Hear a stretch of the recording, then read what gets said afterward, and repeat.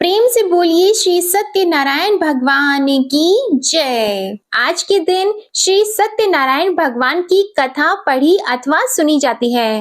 तो आइए आज आपको सुनाते हैं श्री सत्यनारायण भगवान की संपूर्ण व्रत कथा और आरती। एक समय नैमिषारण्य तीर्थ में शौनक आदि 88,000 ऋषियों ने श्री सूत जी से पूछा, हे प्रभु, इस कलयुग में वेद विद्या रहित मनुष्यों को प्रभु भक्ति किस प्रकार मिलेगी और उनका उद्धार कैसे होगा।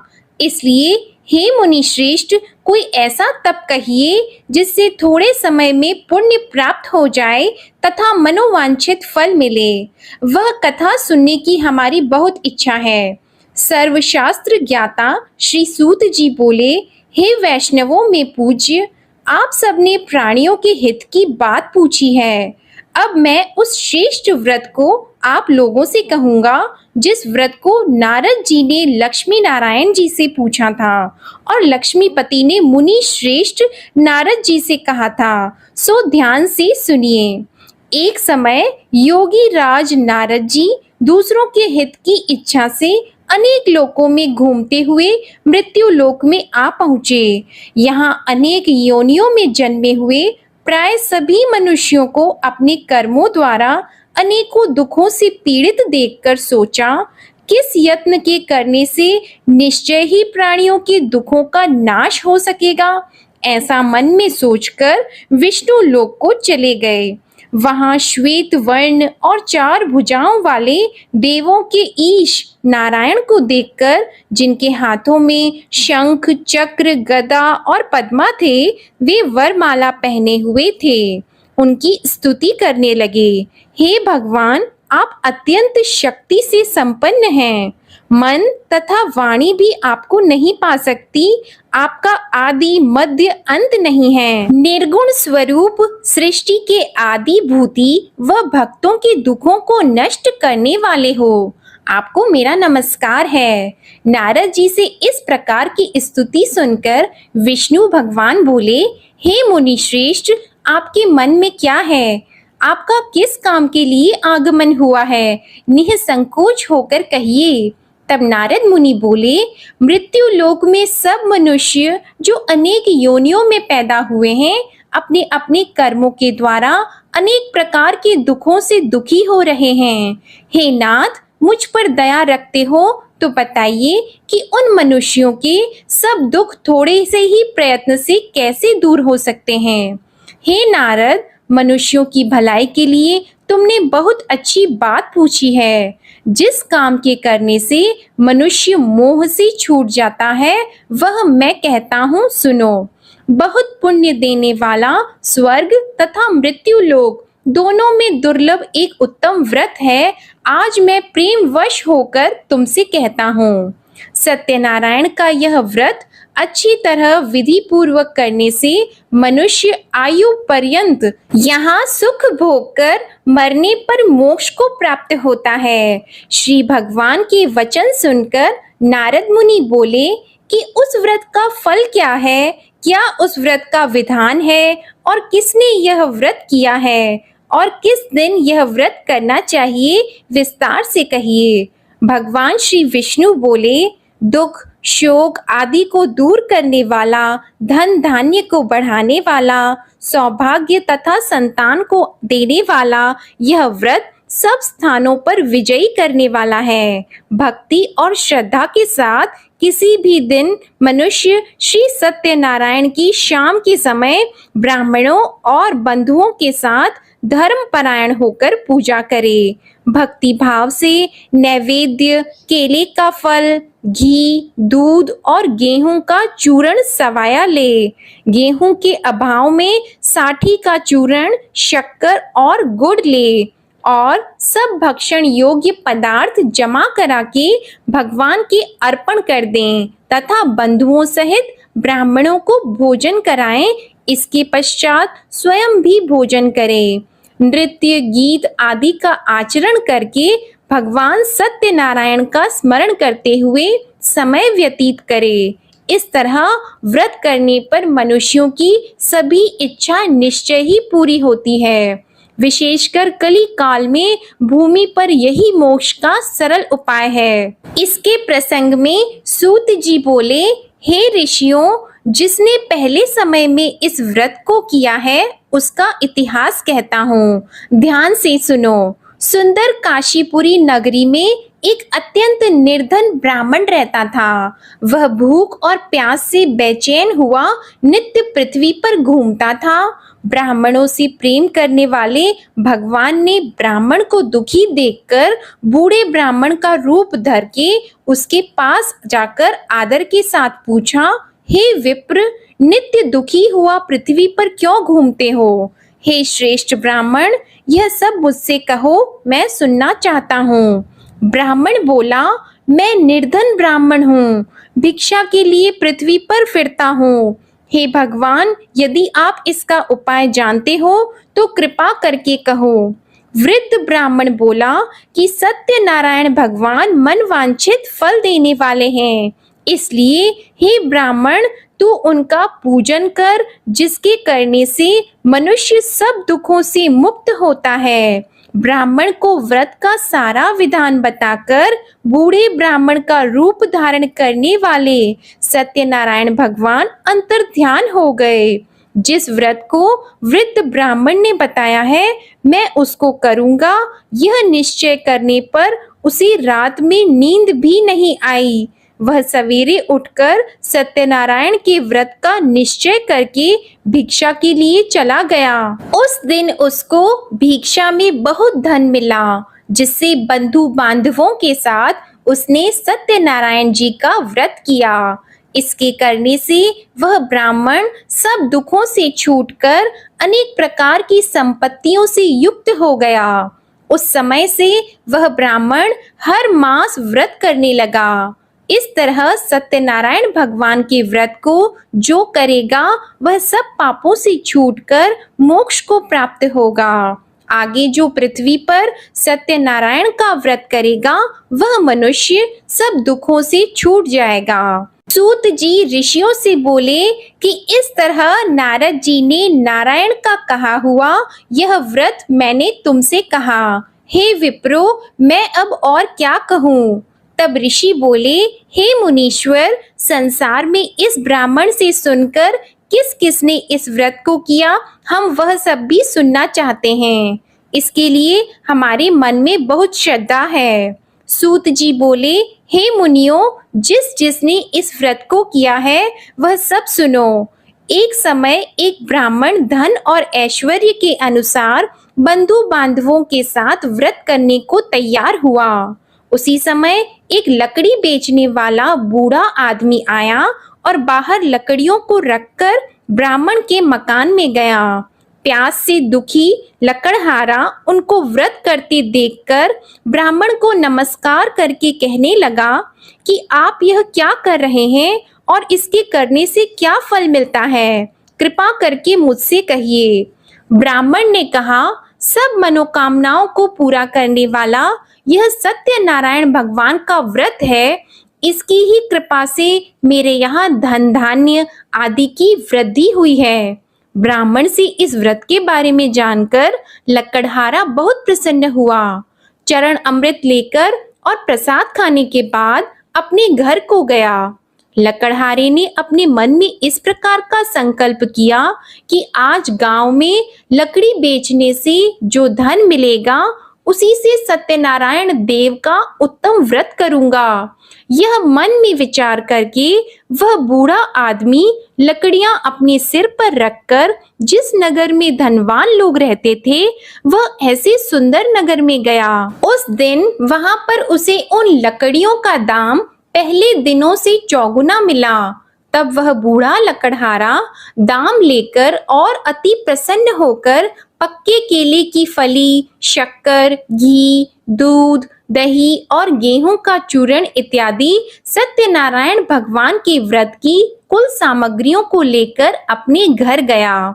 फिर उसने अपने भाइयों को बुलाकर विधि के साथ भगवान जी का पूजन और व्रत किया। उस व्रत के प्रभाव से वह बूढ़ा लकड़हारा धन पुत्र आदि से युक्त हुआ और संसार के समस्त सुख भोग कर वैकुंठ को चला गया। श्री सूत जी बोलते हैं कि हे श्रेष्ठ मुनियों, अब आगे की कथा कहता हूँ, सुनो। पहले समय में उल्कामुख नाम का एक बुद्धिमान राजा था। वह सत्य वक्ता और जितेंद्रिय था। प्रतिदिन देव स्थानों पर जाता तथा गरीबों को धन देकर उनके कष्ट दूर करता था। उसकी पत्नी कमल के समान मुख वाली और सती साध्वी थी। भद्रशीला नदी के तट पर उन दोनों ने श्री सत्यनारायण भगवान का व्रत किया। उस समय में वहां एक साधु वैश्य आया। उसके पास व्यापार के लिए बहुत सा धन था।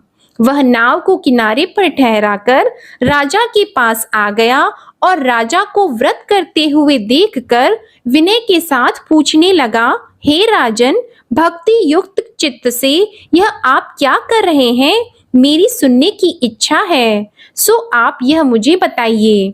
राजा बोला, हे साधु, अपने बांधवों के साथ पुत्र आदि की प्राप्ति के लिए महाशक्तिवान सत्यनारायण भगवान का व्रत व पूजन किया जा रहा है।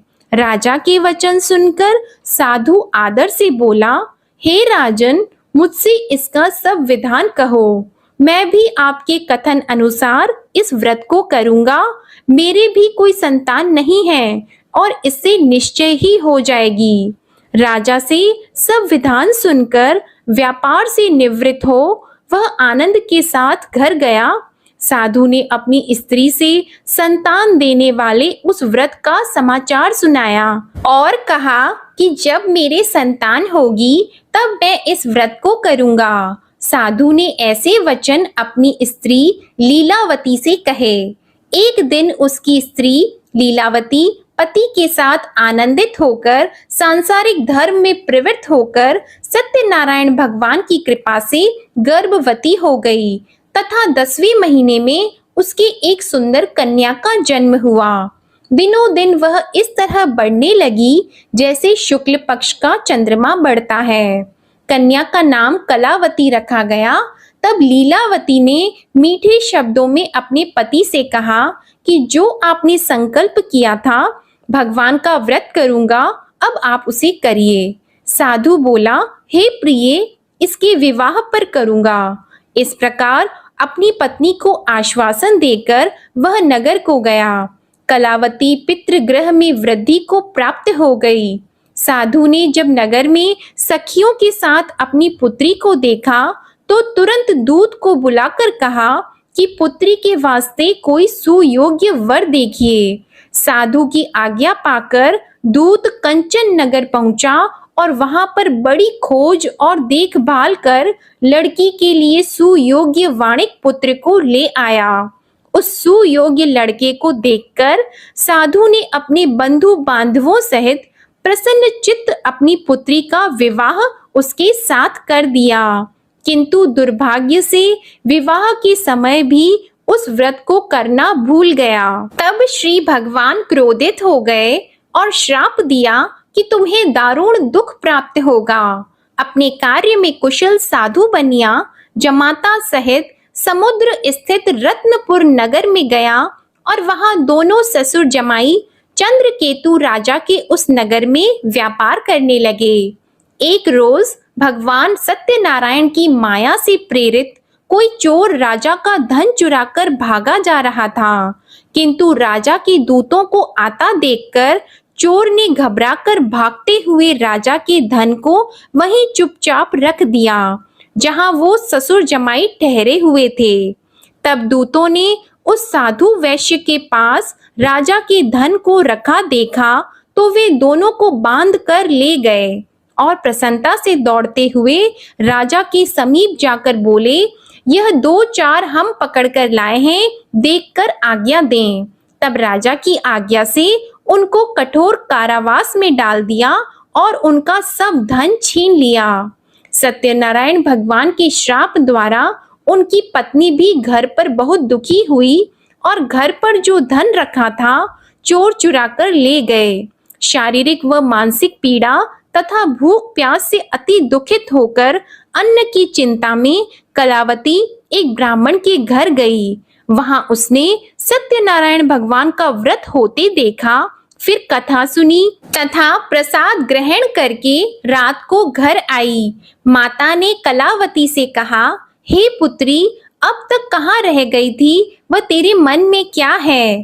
कलावती बोली, हे माता, मैंने एक ब्राह्मण के घर श्री सत्यनारायण भगवान का व्रत देखा है। कन्या के वचन सुनकर लीलावती भगवान के पूजन की तैयारी करने लगी।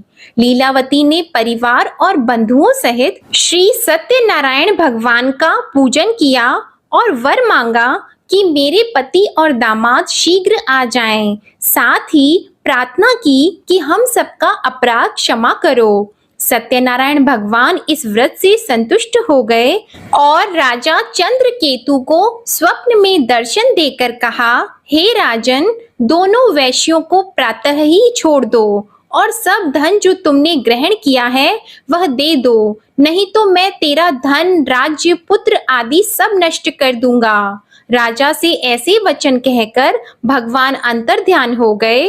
प्रातःकाल राजा चंद्रकेतु ने सभा में अपना स्वप्न सुनाया। फिर दोनों वाणिक पुत्रों को कैद से मुक्त कर सभा में बुलाया। दोनों ने आते ही राजा को नमस्कार किया। राजा मीठे वचनों से बोले, हे महानुभावों, भावी वश ऐसा कठिन दुख प्राप्त हुआ है, अब तुम्हें कोई भय नहीं। ऐसा कहकर राजा ने उनको नए नए वस्त्र आभूषण पहनाए तथा उनका जितना धन लिया था उससे दुगुना धन देकर आदर सहित विदा कर दिया। दोनों वैश्य अपने घर को चले गए। सूत जी बोले, वैश्य ने मंगलाचार करके यात्रा आरंभ की और अपने नगर को चला। उनके थोड़ी दूर निकलने पर दंडी वेशधारी सत्यनारायण भगवान ने उनसे पूछा, हे साधु, तेरी नाव में क्या है? अभिमानी वाणिक हंसता हुआ बोला, हे दंडी, आप क्यों पूछते हो? क्या धन लेने की इच्छा है? मेरी नाव में तो बेल और पत्ते भरे हैं। वैश्य का कठोर वचन सुनकर भगवान ने कहा, तुम्हारा वचन सत्य हो। दंडी ऐसा कहकर वहां से दूर चले गए और कुछ दूर जाकर समुद्र के किनारे बैठ गए। दंडी के जाने पर वैश्य ने नित्य क्रिया करने के बाद नाव को ऊंची उठी देखकर अचंभा किया और नाव में बेल पत्ते आदि देखकर मूर्छित होकर जमीन पर गिर पड़ा। फिर मूर्छा खुलने पर अत्यंत शोक प्रकट करने लगा। तब उसका दामाद बोला कि आप शोक न करें, यह दंडी का श्राप है, अतः उनकी शरण में चलना चाहिए, तभी हमारी मनोकामना पूरी होगी। दामाद के वचन सुनकर वह दंडी के पास पहुंचा और अत्यंत भक्ति भाव से नमस्कार करके बोला, मैंने जो आपसे असत्य वचन कहे थे उनको क्षमा करो। ऐसा कहकर महान शोकातुर होकर रोने लगा। तब दंडी भगवान बोले, हे वाणिक पुत्र, मेरी आज्ञा से बार बार तुम्हें दुख प्राप्त हुआ है, तू मेरी पूजा से विमुख हुआ।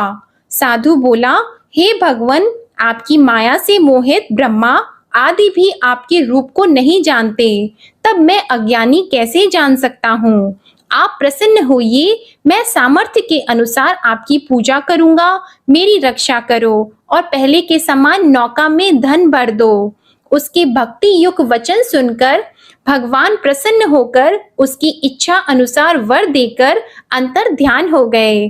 तब उन्होंने नाव पर आकर देखा कि नाव धन से परिपूर्ण है, फिर भी वह भगवान सत्यनारायण का पूजन कर साथियों सहित अपने नगर को चला।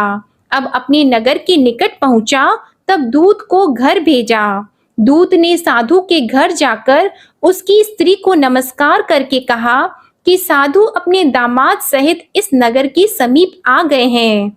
ऐसा वचन सुनकर साधु की स्त्री ने बड़े हर्ष के साथ सत्यदेव का पूजन कर पुत्री से कहा, मैं अपने पति के दर्शन को जाती हूँ, तू कार्य पूर्ण करके शीघ्र आ जा। माता के ऐसे वचन सुनकर कलावती प्रसाद छोड़कर पति के पास गई। प्रसाद की अवज्ञा के कारण सत्यदेव ने रुष्ट होकर उसके पति को नाव सहित पानी में डुबा दिया। कलावती अपने पति को न देखकर रोती हुई जमीन पर गिर गई। इस तरह नौका को डूबा हुआ तथा कन्या को रोता देखकर साधु दुखी होकर बोला, हे प्रभु, मुझसे या मेरे परिवार से जो भूल हुई है उसे क्षमा करो। उसके दीन वचन सुनकर सत्यदेव प्रसन्न हो गए और आकाशवाणी हुई कि हे साधु, तेरी कन्या मेरे प्रसाद को छोड़कर आई है, इसलिए इसका पति अदृश्य हुआ है। यदि वह घर जाकर प्रसाद खाकर लौटे तो इसे पति अवश्य मिलेगा। ऐसी आकाशवाणी सुनकर कलावती ने घर पहुंचकर प्रसाद खाया, फिर आकर पति के दर्शन किए। तत्पश्चात साधु ने बंधु बांधवों सहित सत्यदेव का विधि पूर्वक पूजन किया। उस दिन से वह पूर्णिमा को सत्यनारायण का पूजन करने लगा। फिर इस लोक का सुख भोग कर अंत में स्वर्ग लोक को गया। सूत जी बोले, हे ऋषियों, मैं और भी कथा कहता हूँ, सुनो। प्रजापालन में लीन तुंगध्वज नाम का राजा था। उसने भी भगवान का प्रसाद त्याग कर बहुत दुख पाया। एक समय वन में जाकर वन्य पशुओं को मारकर बड़ के पेड़ के नीचे आया। वहां उसने ग्वालों को भक्ति भाव से बांधवों सहित सत्यनारायण जी का पूजन करते देखा। राजा देखकर भी अभिमानवश वहां नहीं गया और न ही पूजन किया या नमस्कार किया। जब ग्वालों ने भगवान का प्रसाद उसके सामने रखा तो वह प्रसाद को त्याग कर अपनी सुंदर नगरी को चला गया। वहां उसने अपना सब कुछ नष्ट पाया तो वह जान गया कि यह सब भगवान ने किया है। तब वह विश्वास करके ग्वालों के समीप गया और विधि पूर्वक पूजन करके प्रसाद खाया तो सत्यदेव भगवान की कृपा से पहले जैसा था वैसा ही हो गया। फिर दीर्घ काल तक सुख भोग कर मरने पर स्वर्ग लोक को गया। जो मनुष्य इस परम दुर्लभ व्रत को करेगा, भगवान सत्यनारायण की कृपा से उसे धन धान्य की प्राप्ति होगी। निर्धन धनी और बंदी बंधन से मुक्त होकर निर्भय हो जाता है। संतानहीनों को संतान प्राप्त होती है तथा सब मनोरथ पूर्ण होकर अंत में वैकुंठ धाम को जाता है। यह सत्य है। श्री सूत जी कहते हैं कि ब्राह्मणों, आपको मैंने सत्यनारायण व्रत की यह पावन कथा सुनाई है। इस व्रत का पालन करके मनुष्य सभी दुखों से मुक्त हो जाता है। विशेषतः कलयुग में श्री सत्यनारायण की पूजा महान फल देने वाली है। इन देवता को कोई सत्यनारायण कहते हैं और कोई सत्यदेव कहते हैं। अनेक रूपों में श्री सत्यनारायण भगवान सभी के मनोरथों को पूर्ण करते हैं। ये सनातन सत्यदेव कलयुग में सत्य व्रत के रूप में अवतरित होंगे। हे श्रेष्ठ मुनियों, जो मनुष्य नित्य इसका पठन व श्रवण करता है, श्री सत्यनारायण भगवान की कृपा से उसके सभी पाप नष्ट हो जाते हैं। प्रेम से बोलो श्री सत्यनारायण भगवान की जय। श्री सत्यनारायण संपूर्ण व्रत कथा समाप्त। अब आप सुनिए श्री सत्यनारायण भगवान की आरती। जय लक्ष्मी रमणा स्वामी, जय लक्ष्मी रमणा। सत्यनारायण स्वामी, सत्यनारायण स्वामी, जनपातक हरणा। जय लक्ष्मी रमणा। रत्न जड़ित सिंहासन, अद्भुत छवि राजे स्वामी, अद्भुत छवि राजे। नारद करत निराजन, नारद करत निराजन, घंटावन बाजे। जय लक्ष्मी रमणा। प्रगट भई कलि कारण, द्विज को दरस दियो स्वामी, द्विज को दरस दियो। बूढ़ो ब्राह्मण बनकर, बूढ़ो ब्राह्मण बनकर, कंचन महल कियो। जय लक्ष्मी रमणा। दुर्बल भील कठारो, जिन पर कृपा करी, जिन पर कृपा करी। चंद्रचूड़ एक राजा, चंद्रचूड़ एक राजा, तिनकी विपत्ति हरी। जय लक्ष्मी रमणा।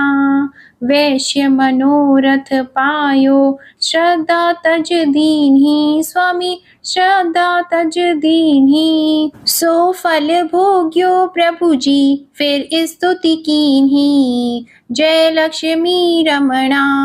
भाव भक्ति के कारण छिन छिन रूप धरियो, स्वामी छिन छिन रूप धरियो। श्रद्धा धारण कीन्ही, श्रद्धा धारण कीन्ही, तिनको काज सरियो। जय लक्ष्मी रमणा, ग्वाल बाल संग राजा, बन में भक्ति करी, स्वामी बन में भक्ति करी। मन वांछित फल दीन्हो, मन वांछित फल दीन्हो, दीन दयालु हरि। जय लक्ष्मी रमणा, चढ़त प्रसाद सवायो, कदली फल मेवा, स्वामी कदली फल मेवा। धूप दीप तुलसी से, धूप दीप तुलसी से, राजी सत्य देवा। जय लक्ष्मी रमणा, सत्यनारायण जी की आरती जो कोई नर गावे, स्वामी जो कोई नर गावे। तन मन सुख संपत्ति, तन मन सुख संपत्ति, मन वांछित फल पावे। जय लक्ष्मी रमणा, बोलो जय लक्ष्मी रमणा। प्रेम से बोलिए श्री सत्यनारायण भगवान की जय हो। जो भी भक्तजन आज के दिन चैत्र पूर्णिमा की व्रत कथा सुनना चाहते हैं तो उसकी वीडियो भी हमारे चैनल पर अपलोडेड है, आप उस वीडियो को एक बार जरूर सुनिएगा। प्रेम से बोलिए भगवान श्री सत्यनारायण की जय। इसी के साथ अगर आज की ये वीडियो पसंद आई हो तो इसे लाइक कीजिएगा, शेयर कीजिएगा, कमेंट में भगवान श्री सत्यनारायण जी की जय लिखिएगा और चैनल को भी सब्सक्राइब कीजिएगा। जय श्री कृष्णा।